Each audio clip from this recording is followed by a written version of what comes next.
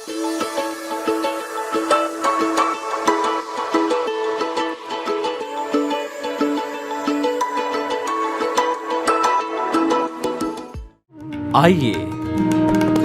सुनिए, देखिए, समझिए सनातन सत्य।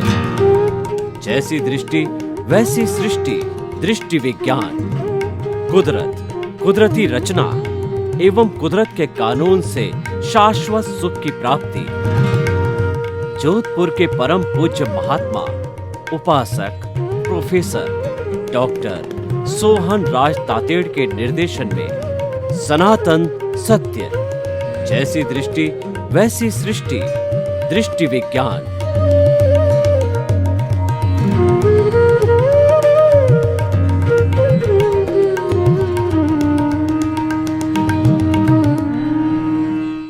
भाइयों और बहनों, मातृशक्ति को नमन। आत्मविज्ञान, साइंस ऑफ द सोल कार्यक्रम के अंतर्गत हम आपको सही दृष्टि, सही सोच, राइट विजन, राइट थिंकिंग के अंतर्गत वो अच्छी बातें बताते हैं कि सृष्टि का नियंता कौन है, ये सृष्टि कैसे चलती है, मैं कौन हूं, मैं कहां से आया हूं और मुझे कहाँ जाना है।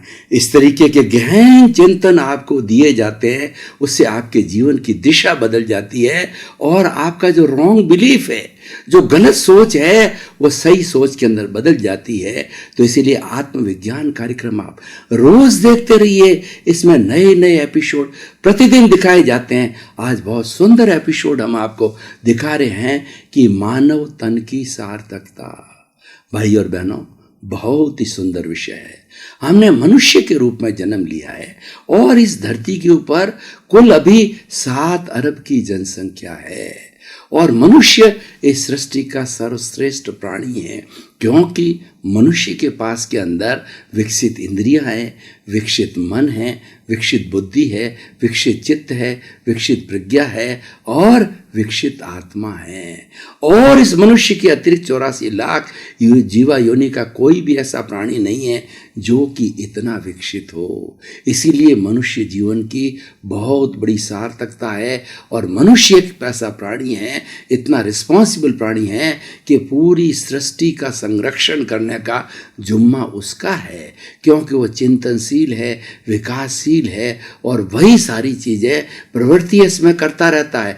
पशु पक्षी बेचारे क्या करेंगे, उनकी तो बुद्धि लिमिटेड है, वो तो अपना भरण पोषण ही कर सकते हैं, अपने शरीर की आवश्यकताओं पूर्ति कर सकते हैं। पेड़ पौधे बेचारा क्या कर सकते हैं, वो तो हमारे वैसे तो बहुत बड़े वो हेल्पफुल हैं। पेड़ पौधे जितने ही हैं हमको ऑक्सीजन देते हैं और वो फोटोसिंथेसिस के द्वारा जो है वो कार्बन डाइऑक्साइड ग्रहण करते हैं भोजन के रूप में, हमारे बड़े हितैषी है। पर उनकी बुद्धि इतनी विकसित नहीं है कि वो किसी को दे सके, किसी को बता सके और कोई अच्छी चीज़ बता करके व्यक्ति की चिंतन धारा को बदल सके। तो अब देखिए, इन सब बातों से क्या निष्कर्ष आता है कि जो ये तन मिला है बहुत अमूल्य है, ये पारसमणि है, ये हमारा जो है एक नंदन वन है और ये हमारा चिंतामणि रत्न है। ये हमें व्यर्थ नहीं खोना चाहिए। देखिए, मानव जीवन की सार्थकता और निरर्थकता कैसे है, मैं आपको दोनों चीज़ें बताना चाहता हूँ और सार्थकता हम कैसे प्राप्त करें उसका उपाय भी बताऊंगा। हमारा आत्मविज्ञान कार्यक्रम थ्योरी के साथ साथ में प्रयोग देता, हर एपिसोड के अंदर प्रयोग दिए जाते हैं ताकि व्यक्ति जो थ्योरी बताई जाती है उस प्रयोग पर चल करके और वो अपने जीवन को अच्छा बना सके। सबसे पहले इस मानव तन की निरर्थकता क्या है। देखिए, हमने जन्म लिया, जन्म लेते ही जो है हम जिस धर्म के वाले होते हैं वो जो सबसे पहले हमारा नाम दिया है, मैंने जन्म लिया, मेरे पिता ने मेरा नाम दिया सोहन राज। मैं जिंदगी भर अपना नाम सोहन राज करता रहा। फिर कुछ समाज के हमारे लोग आए, जाति के लोगों ने कहा तुम तातेड़ हो, ओसवाल हो, हो तो मैं सोहन राज तातेड़ लिखता रहा, बोलता रहा, कहता रहा। और उसके बाद के हमारे कोई धर्म के लोग आए, उन्होंने कहा तुम ओसवाल जाति के हो, तुम जैन धर्म के नहीं हो, तुम्हारे माता पिता जैन धर्म के नहीं हो। तो मैं जिंदगी भर जैन धर्म का अनुयायी रहा, सोहन राज तातेड़ जैनी के रूप में अपने आप की पहचान बताता रहा। उससे क्या हुआ? देखिए, ये भी एक अच्छा दृष्टिकोण है, मैं बताता हूं, लेकिन उससे क्या हो, कर्तापन आ जाता है। मुझे मैं और मेरा का कर्तापन आता है, और ये कर्तापन ही समस्त कर्मों का बंधन करने वाला है।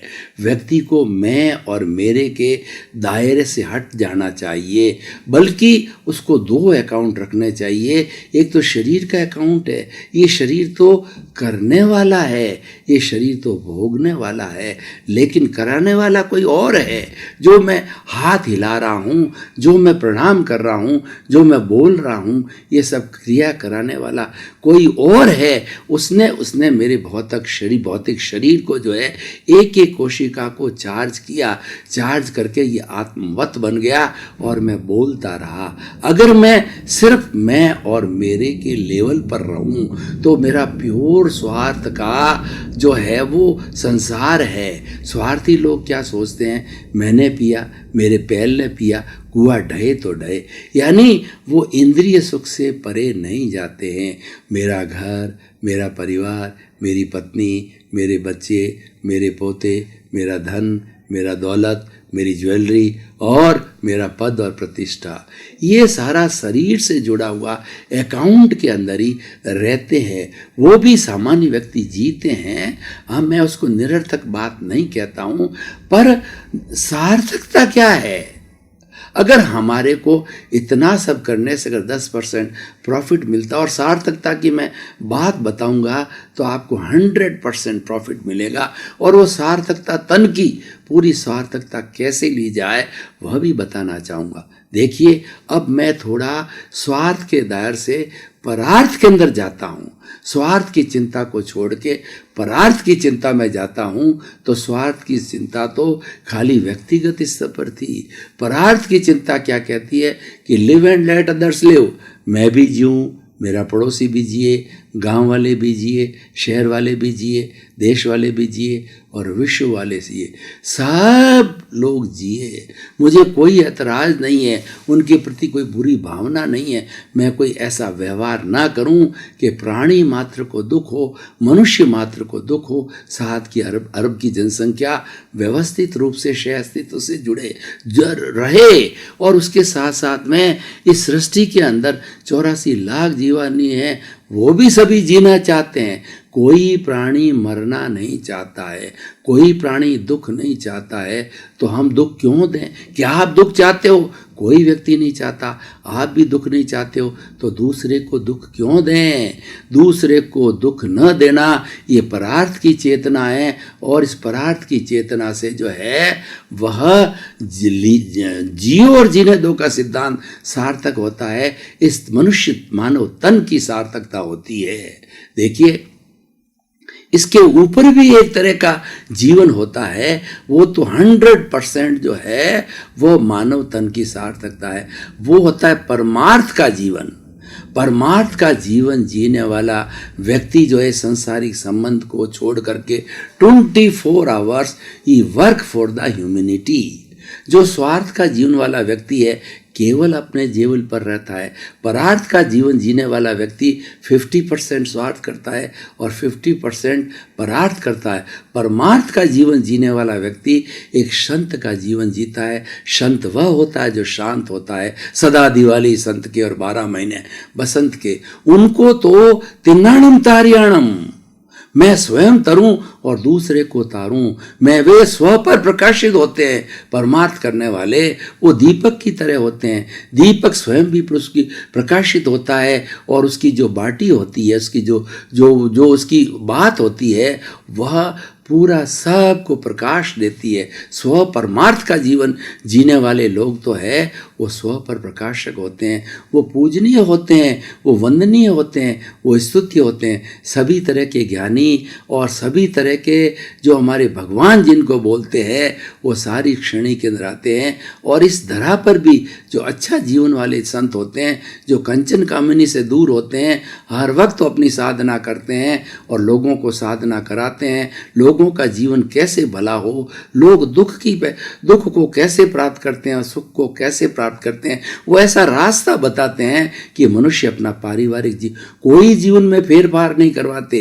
ज्ञानी पुरुष अपने जीवन के अंदर कोई फेरफार नहीं कराता है। जन्म से लगा करके मृत्यु तक आपका जो कुछ भी कार्य कर रहे हो वो करते रहो, और न तो वो ज्ञानी के हाथ में है न आपके हाथ में है कि जो कुछ आप प्रारब्ध लेकर के आए हो, जो आप कर्मों का उदय लेकर के आए हो, वो न तो आपके हाथ में है न भगवान के हाथ में। 33 करोड़ देवी देवता के अंदर ऐसा कोई भी पावरफुल देवता नहीं है जो कि आपका भला करे, और ऐसा कोई भी देवता नहीं है जो आपका नुकसान करे। आपका करने वाला कर्म है। ये 24 आवर्स पूरे जीवन पर एक फिल्म चलती है। वो फिल्म आप पीछे से लेके आए हो, पीछे से कॉजेज डाले हैं। वो कॉजेज जो है इस जन्म के अंदर इफेक्ट के रूप के अंदर आए हैं।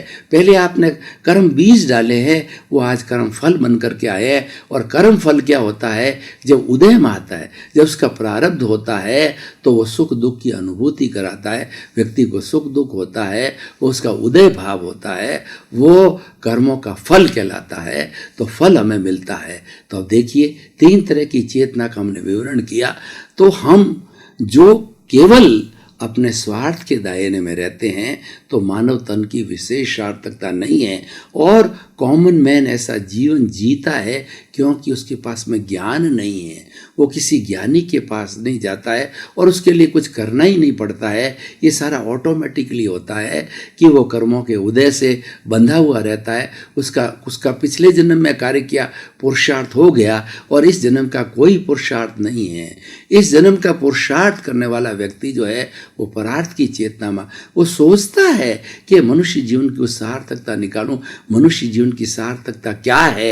ये जो हमारी 5 इंद्रियां हैं, ये 5 दोनों जो हाथ है हमारे स्पर्श इंद्रिय, दूसरों की सेवा करें। हम सेवा कैसे करें कि हॉस्पिटल के अंदर बीमार लोग हैं, वो स्वयं जा करके, अगर हमारे पास धन नहीं है तो हम तन की सेवा करें। धन वालों को मोटिवेट करें कि भाई आप इनके लिए भोजन की, दवाई की, पानी की व्यवस्था करो। हम एक एक जो है वो मरीज को दे करके आएंगे। अब दुनिया में 3 तरह के लोग होते हैं। किसी के पास समय होता है तो वह अपने तन की सेवा दे सकता है, और किसी के पास धन होता है तो वह धन दे करके सेवा कर सकता है। और तीसरा ऐसा भी व्यक्ति होता है कि न तो उसके पास में देने को समय है न उसके पास धन है, तो कम से कम समाज के अंदर ऐसी सेवा करने वालों को प्रोत्साहन देवे और उनका उत्साह वर्धन करे, उनका सम्मान करे, उनको जो है नेगेटिव थिंकिंग में नहीं लाए और उनको जो है गलत रूप से समाज में प्रस्तुत ना करे, उनकी इंसल्ट न करे, ताकि कि वो काम करना, सेवा का काम करने में उनको अरुचि हो जाए। तो 3 तरह के लोग होते हैं। तो मानव तन की सार्थकता सेवा के अंदर है। तो सेवा कई तरह से की जा सकती है। अगर कोई भी व्यक्ति चिंतक है और सेवा के फील्ड में एंट्री ले लेता है, मानव तन की सार्थकता निकालना चाहता है, तो किसी भी रूप के अंदर वो सेवा कर सकता है। उदाहरण के तौर पर मान लीजिए कि हमारी ट्रेन चल रही है और ट्रेन के अंदर एक टीटी है। तो टीटी का क्या काम है कि जो टिकट लेके आए उनको चेक करना, विदाउट टिकट वालों को पनिशमेंट देना, और उसके अलावा कुछ ऐसे लोग आ जाते हैं जो कि जानकारी नहीं है, रिजर्वेशन वाले डब्बे में आ जाते हैं, तो उनको कहना चाहिए, उनको प्रेम से कि भाई तुम गलत डब्बे में आ गए, खैर तुम ये पीछे कॉरिडोर में खड़े रहो और नेक्स्ट स्टेशन पे बदल लेना। और उसकी जगह वो धक्का करता है, मुक्की करता है और उनकी गाली देता है, गलोच देता है। अब ट्रेन तो चल रही है, वह घुस गया तो बेचारा स्टेशन आएगा तभी तो उसको चेंज करेगा। ये मानवतावादी दृष्टिकोण है। और अपने डिब्बे के अंदर अगर कोई रिजर्वेशन की जगह खाली है और उसके पास में टिकट जो कंफर्म टिकट है, उसके पास वेटिंग टिकट है, तो उसको देना चाहिए, ये उसकी सेवा हो जाती है। आप सेवा, व्यक्ति किसी भी तरह से किसी भी लेवल पर व्यक्ति सेवा कर सकता है। देखिए कि एक नाई है जो बार्बर है, वह जो है बाल काटने वाला है, वह वाजिब पैसे लेकर के लोगों का अच्छी तरह से बाल काटे, सबके साथ अच्छा व्यवहार करे। हर व्यक्ति के सबसे बड़ी पहले सेवा ये होती है कि उसका व्यवहार अच्छा ना होना चाहिए। किसी को झिड़कना, किसी को अनर्गल बात करना, किसी पर क्रोध करना है, यह एक व्यक्ति का तिरस्कार है, ये व्यक्ति की इंसल्ट है और मानव तन की सार्थकता नहीं है। देखिए कि एक डॉक्टर है, चाहे वह गवर्नमेंट का डॉक्टर है चाहे वह प्राइवेट का डॉक्टर है, तो हर एक को अपना अपना वेतन मिलता है, तभी वो कार्य करते हैं और उसको उनकी ड्यूटी है कि पेशेंट को देखना। अब देखिए डॉक्टर दो तरह के होते हैं। एक डॉक्टर तो होते हैं सेवा भावी, वो कहते हैं बहन जी भाई साहब आप तो बिल्कुल स्वस्थ है, आपकी कोई बीमारी नहीं है, मैं छोटी सी जो है आपको टैबलेट लिख देता हूँ, छोटा सा टेस्ट करा देता हूँ, एक मामूली सा टेस्ट करा के ले आइए और मामूली सी ये टैबलेट ले जाइए, आप बिल्कुल ठीक हो जाएंगे, आपके कोई बड़ी बीमारी नहीं है, सीजनल बीमारी है, ठीक हो जाओगे। ये उसकी एक सेवा का उपक्रम है। और कुछ लोग ऐसे स्वार्थी डॉक्टर होते हैं जिन्होंने सेवा के पक्ष को बिजनेस बना लिया, तो वो आते ही उस पेशेंट को कहते हैं आपने तो बहुत देरी कर ली, आप तो क्रिटिकल पोजीशन के अंदर आए हो, और अगर आप तुरंत इसका ऑपरेशन नहीं कराओगे, इसका तुरंत इलाज नहीं कराओगे तो आपके कुछ भी हो सकता। डरा देता है पेशेंट को। अब तो बेचारा तो पेशेंट तो दुखी है, उसको डराने से डबल दुखी हो गया। तब वो क्या है कि लंबी चौड़ी टेस्ट की रिपोर्ट लिखता है, लंबी चौड़ी टैबलेट लिखता है सिर्फ अपना धन कमाने के लिए। वही व्यक्ति जो दूसरे के पास, जो मैंने सेवा भावी के पास गया, अच्छा व्यवहार करके मामूली सी चीज़ में उसको ठीक किया और दूसरे ने डरा करके लाखों रुपए का बिल बनाया, उसका इलाज किया और ऑपरेशन किया और सब कुछ करके, तो ये एक जो है एक बिजनेस हो गया है। वह हमारे मानव तन की निरर्थकता है, सार्थकता सेवा के अंदर है, सार्थकता परोपकार में। और ये भी एक चिंतन कीजिए आप कि आखिर हम निरर्थकता करके और अपना ही घर भर करके, अपना ही बैंक बैलेंस बना करके क्या आप साथ में लेके जाओगे? अगर आपके पास में ज़्यादा धन है तो आपकी संतान है, वह उसका दुरुपयोग करेगी, वो अय्याश बन जाएगी और वो शराबी बन जाएगी, वो कुसंस्कारी बन जाएगी, क्योंकि वो देखते हैं कि हमारे पापा जी के पास में बहुत बड़ा धन है, और लड़ाई झगड़े भी चालू हो जाएंगे। और बच्चों को अच्छा संस्कार दोगे, सेवा होंगे, उनकी जायज़ मांग को मानोगे, उनका जायज़ जो कोई भी रिक्वायरमेंट है उसकी पूर्ति करोगे, तो उनके बचपन में ही अच्छे संस्कार आ जाएंगे कि हमें भी सेवा करनी चाहिए। वो किसी का शोषण नहीं करेगा, किसी को लूटना नहीं चाहेगा, सेवा भावना से करेगा। ये बात अलग है कि उसको अपना वेतन मिलना चाहिए, या उसने कोई भी मेडिसिन दी है या कोई चीज़ मार्केट की उसने दी है तो वो तो पैसे लेगा ही। इसी तरीके से देखिए कि मानव तन की सार्थकता जो है एक व्यापारी कितना सुंदर ढंग से प्राप्त कर सकता। अगर व्यापारी एकदम उसूल बना दे कि मुझे तो 5% 10% मुनाफा कमाना है, तो वो अगर हज़ारों सैकड़ों प्रोडक्ट जो है अपना जनरल जो है वो जो अपनी जनरल का जो अपना शॉप होती है उसके अंदर 10% जोड़ करके वो कोई भी बच्चा हो, बड़ा हो, छोटा हो, नो बार्गेनिंग, अपना लेके जाओ और पैसा देके जाओ और शुद्ध चीज़ को लाता है। और जो चीज़ भी उसी लेवल की आनी चाहिए, जांच पड़ताल करके लाता है। और जहाँ से परचेजिंग के अगर कोई लोग गलत चीज़ दे देते हैं तो उनको जो है टर्न आउट कर देना चाहिए, क्योंकि उससे उसकी पेट खराब होती है, वो लोग नाजायज़ फ़ायदा उठाना चाहते हैं। तो भाई और बहनों, ये निष्कर्ष क्या हुआ? इस तन की सार्थकता सेवा में है, इस तन की सार्थकता परोपकार में है, इस तन की सार्थकता आपके पास ज्ञान है उसको बांटने में है। सरस्वती के भंडार की बड़ी अपूर्व बात, ज्यों खर्चे त्यों बढ़े और बिन खर्चे घट जात। हमें अपने ज्ञान का ज़्यादा से ज़्यादा प्रसार करना चाहिए और प्रचार करना चाहिए। अगर आप टीचर हैं, 60+ के हो गए, आप गवर्नमेंट से रिटायर हो गए, तो आप अपना ज्ञान का उपयोग है सोसाइटी डेवलपमेंट के लिए करो, बच्चों को संस्कार दो। और जो वरिष्ठ नागरिक होता है, अनुभव का खजाना होता है, वो खजाना लोगों को लुटाना चाहिए, वो खजाना लोगों को देना चाहिए। अब मैं आपको बताना चाहता हूँ कि ये परार्थ और परमार्थ की चेतना को हम जगाएं कैसे। कोई न कोई ऐसा हमारे पास के अंदर जो अच्छा जो है वो हमारे पास में मेथड होना चाहिए। तो मैं आपको 2 मेथड बताता हूँ। दोनों बड़े बड़े सिंपल है। एक तो ये कि हमारा जो श्वास है ये हर क्षण आता है और हर क्षण जाता है। आने वाले सांस को और जाने वाले सांस को हम 1 स्ट्रोक को 1 सांस कहते हैं। और जो नॉर्मल व्यक्ति टेंशन फ्री होता है और व्यक्ति सेवा की भावना में होता है, किसी को लूटने की नहीं होती है, उसमें कोई बहुत बड़े स्वार्थ की भावना नहीं होती है, तो 1 मिनट के अंदर 16 सांस लेता है। अब हमें क्या है, इस तन की सार्थकता करनी है, इस तन को हमें परोपकार में लगाना है। तो हम क्या करेंगे कि आप घड़ी लेकर के बैठ जाइए, अपने सांस को थोड़ा सा लंबा कीजिए। लंबे सांस को लेने में हमारा पेट जो है फूलना चाहिए और हम सांस को जब निकालें तो पेट सिकुड़ना चाहिए।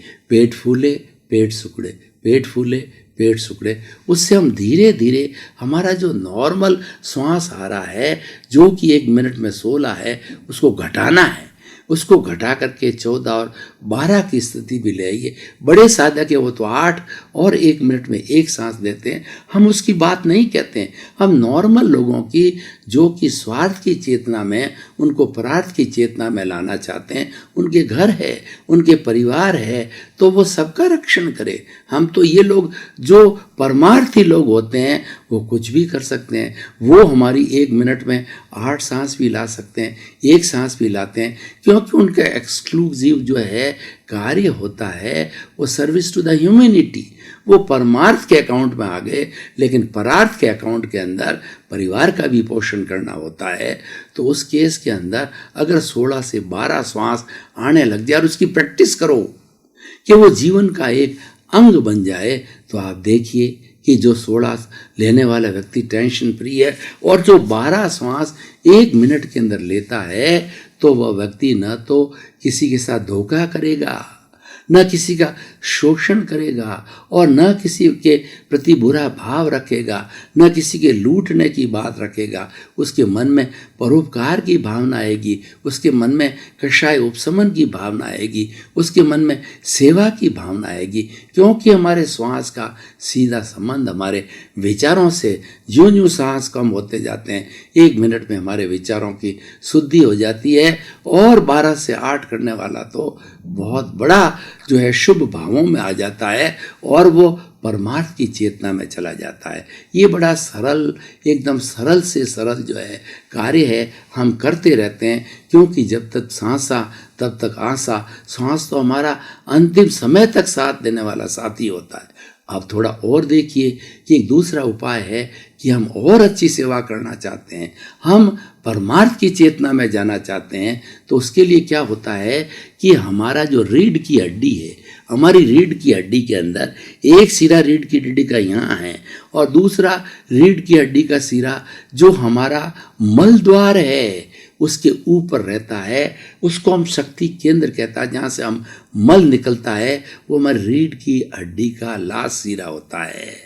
तो अब देखिए कि उसके मलद्वार के नीचे हमारा वह स्वास्थ्य केंद्र कहलाता है और उसके नीचे जो है व्यक्ति की जितनी एनर्जी, जितनी ऊर्जा है, उसका तालाब रहता है, उसका दरिया रहता है। तो उसको नॉर्मल व्यक्ति क्या करता है, उस प्राण ऊर्जा को भोग, विलास, ऐश, आराम, मैं, मेरा धन, मेरा परिवार और मैं करके और मैं और मेरा के अंदर समाप्त कर देता है, जैसे कि पशु पक्षी करते हैं। उसको विशेष इस जीवन का जो है कोई सार्थकता नहीं निकलती है। अब देखिए कुछ अच्छे लोग होते हैं जो परार्थ की चेतना में जाना चाहते हैं, परमार्थ की चेतना में जाना चाहते हैं। उनके लिए कुंडलिनी जागरण, उनके लिए जो है अंतर यात्रा।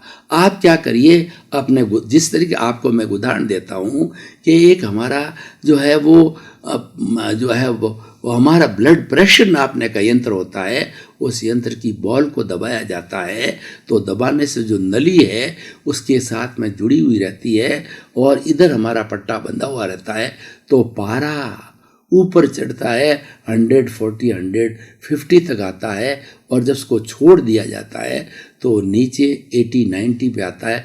डॉक्टर कहता है आपको 80 140 है, मतलब ऊपरी आपका बीपी 140 और निचला 80, आप स्वस्थ हो। ठीक उसी तरह से हम अपनी गुदा को जो है ब्लैडर बनावें और श्वास को भरिए और श्वास को भर करके और जो हमने गुदा को दबाया, गुदा के दबाने के साथ श्वास के भरने के साथ में उसके नीचे जो हमारी ऊर्जा का दरिया है उसको उठाइए और हमारी ये जो रीढ़ की हड्डी के अंदर एक स्पाइनल कॉर्ड चलता है, वाइट डोरा चलता है।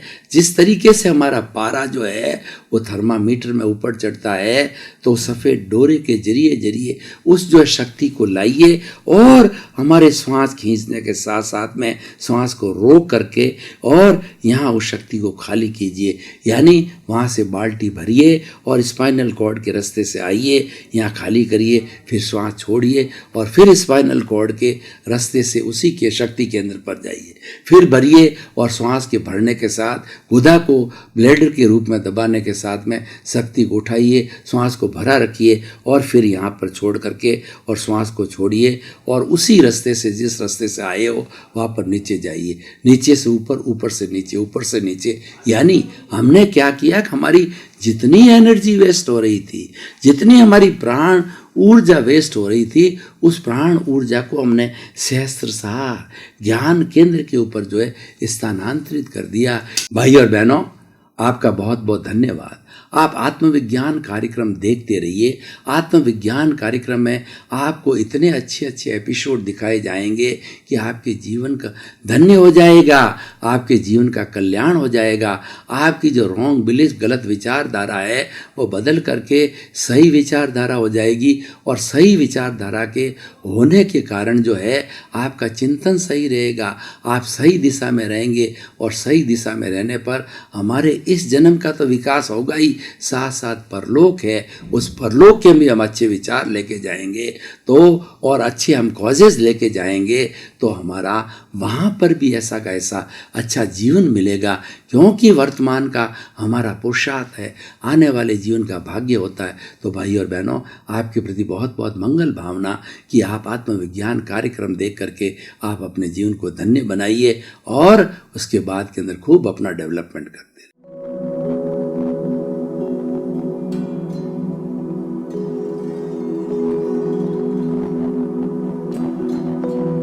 एक ऐसा अंतर्राष्ट्रीय ख्याति प्राप्त मानव जो गुरु प्रेरणा से पिछले 20 वर्षों से वानप्रस्थ जीवन जीते हुए 24 घंटे मानवता की सेवा में संलग्न है। एक ऐसा मानव जो अभी राष्ट्रीय, अंतर्राष्ट्रीय टीवी चैनलों पर 7,500 एपिसोड के माध्यम से सनातन सत्य, आत्मविज्ञान एवं पुनरुत्थान व्यवहार एवं निश्चय जगत के जीवनोपयोगी विषयों पर हृदय स्पर्शी प्रवचन कर चुका है। उस मानव का नाम है महात्मा उपासक प्रोफेसर डॉक्टर सोहन राज तातेड़। प्रोफेसर तातेड़ द्वारा योग, दर्शन, शिक्षा विषयों पर रचित पीएचडी स्तर के 250 शोध ग्रंथ भारत के 100 प्रतिष्ठित विश्वविद्यालयों में शोधार्थी पढ़ रहे हैं तथा वे सभी शोध ग्रंथ वहां की सेंट्रल लाइब्रेरियों में उपलब्ध हैं। महात्मा सोहन राज ने अभी तक हजारों स्कूलों, कॉलेजों, विश्वविद्यालयों एवं संस्थाओं में सेमिनार, वर्कशॉप, कैंप लगाकर लाखों विद्यार्थियों को योग, दर्शन, शिक्षा का प्रशिक्षण देकर उन्हें सुसंस्कारित किया। डॉक्टर तातेड़ ने भारतीय संस्कृति उत्थान के 4000 से अधिक समसामयिक विषयों पर आर्टिकल लिखकर ऑनलाइन जर्नल, पत्रिकाओं, वेबसाइट्स पर प्रकाशित किया, जिसका उपयोग लाखों पाठक कर रहे हैं। उपासक तातेड़ के 5000 से अधिक आज का सुविचार, आज का शुभ संदेश, आज का मंगल भावना योग आदि चिंतन websites, Twitter, blogger, Facebook, YouTube माध्यमों से लाखों लोग अपना जीवन निर्माण कर रहे हैं। मानवता के मसीहा ऐसे महामानव महात्मा सोहन राज तातेड़ के प्रोफाइल को अभी तक विश्व के 20 लाख दर्शक यूट्यूब पर, 12 लाख गूगल पर एवं लाखों दर्शक फेसबुक, ब्लॉगर, ट्विटर और इंस्टाग्राम पर देख चुके हैं।